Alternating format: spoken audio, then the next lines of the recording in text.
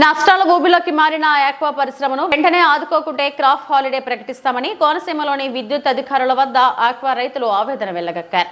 అంబేద్కర్ కోనసీమ జిల్లా కేంద్రం అమలాపురంలో స్థానిక క్షత్రియ కళ్యాణ మండపం వద్ద బుధవారం సాయంత్రం విద్యుత్ శాఖ అధికారులు ఆక్వా రైతులతో ఏర్పాటు చేసిన సమావేశంలో రైతులు తమ గోడు వెళ్లబోసుకున్నారు. ఈ నేపథ్యంలో వారు మీడియాతో మాట్లాడుతూ ఆక్వా సాగుకు సంబంధించి నాణ్యమైన విద్యుత్ ఇవ్వకపోగా స్మార్ట్ మీటర్ల పేరుతో మరో ఇబ్బంది తప్పెట్టట్టు లేదని, ఇప్పటికే ట్రంప్ సుంకాల దెబ్బ, తెగుళ్లు, ఎక్స్పోర్టర్స్ మోసాలు ఇలా అనేక సమస్యలతో ఆక్వా రైతాంగం పరిస్థితి కోలుకోలేని స్థితిలోకి వెళ్లిందని ఆవేదన వ్యక్తం చేశారు.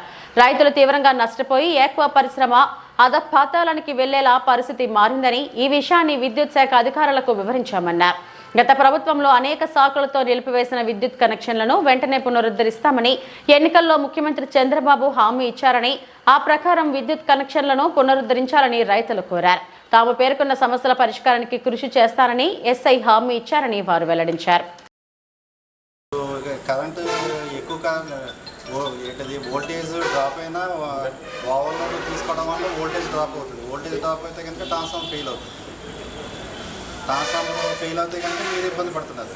ట్రాన్స్ఫార్మర్ రీప్లేస్మెంట్ చేయడానికి డిలే. వచ్చిందంటే మేము ముందు జనరేటర్ ఫుల్ ట్యాంక్ చేసేస్తాం అంటే 3 గంటలు ఉండదు.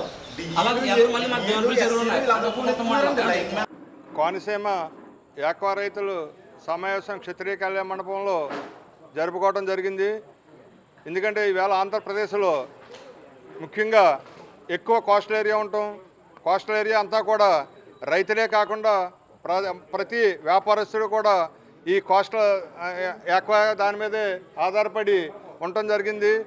ఈ ఆక్వా రైతులైతే అన్ని విధాల ఓ సీడ్ విషయంలో అవనివ్వండి, కరెంటు విషయంలో అవనివ్వండి, ఫీడ్ విషయంలో అవనివ్వండి, ఈవేళ గవర్నమెంట్ సపోర్ట్ కానీ ఈ ఆఫీసర్ సపోర్ట్ కానీ లేకపోవటం, ఈ ప్రకృతి వైపరీత్యాల వల్ల ఈవేళ ఈ 3 నెలల నుంచి కంటిన్యూషను 15 రోజులకి 20 రోజులకి సీడ్ పోవడంతో 3 సార్లు సీడ్ వేసి రైతులు నష్టపోవడం జరిగింది. ఆ సీడ్ క్వాలిటీ లేకపోవటం, ఈ ప్రకృతి వైపరీత్యాల వల్ల ఈ విధంగా నష్టపోతూ ఉంటే ఈ వేళ ఈ ఆక్వా పరిశ్రమ నిలబడే పరిస్థితి లేదు.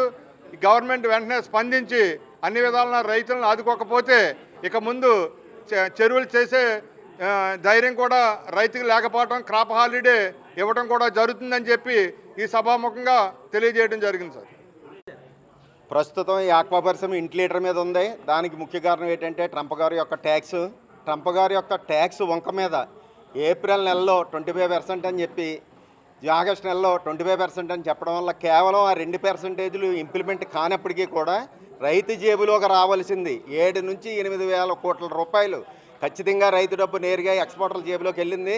ఖచ్చితంగా దీని మీద ప్రభుత్వం చర్య తీసుకోవాలి. తర్వాత ఏంటంటే ఫస్ట్ క్యాబినెట్లో బీజేపీ వారు మేతలో కలిపి అన్నిటి సపోర్టులతోటి కలిపి ఇంకా కస్టమ్స్ తగ్గించినప్పటికీ కూడా ఈ రోజుకి దాని ప్రకారంగా 20 నుంచి 30 వేలు కేజీకి తగ్గవలసి ఉన్నప్పటికీ కూడా ఏ విధంగా కూడా ప్రభుత్వం స్పందించకపోవటం, సీడ్లో క్వాలిటీ లేకపోవటం, ఇట్లీ మీద ఏదైతే నారా చంద్రబాబు నాయుడు గారు పవర్ చోన్ రోడ్లలో మీటింగ్ పెట్టినప్పుడు 4,50,000 ఎకరాలను 10 లక్షల ఎకరాలు తీసుకెళ్తానని అన్నారు. కానీ ఈ వేళ ఉన్న పరిస్థితుల్లో ఆ 4,50,000 ఎకరాలు 1,00,000 ఎకరాలకు దిగజారే పరిస్థితి, ఈ ఆక్వా పరిశ్రమ కుంటుపడే పరిస్థితి వస్తుందని మాత్రం చెప్తున్నాం. ఖచ్చితంగా ప్రభుత్వం తత్వరమే మోడీ గారి యొక్క ఇబ్బందిని దృష్టిలో పెట్టుకుని తత్వరం ఈ పరిశ్రమ నిలబడాలంటే ప్రభుత్వం చేయవలసింది కరెంటు పీపీఎస్ ఛార్జీలు, ఆ ఛార్జీలు కాకుండా ₹1.5కే కరెంట్ ఇంప్లిమెంట్ చేయాలి. అలాగే మిగిలిన 12,000 13,000 కనెక్షన్లు సబ్సిడీ లేదు. ఆ మిగిలిన కనెక్షన్లకి సబ్సిడీ ఇచ్చి తీరాలని చెప్పేసి మాత్రం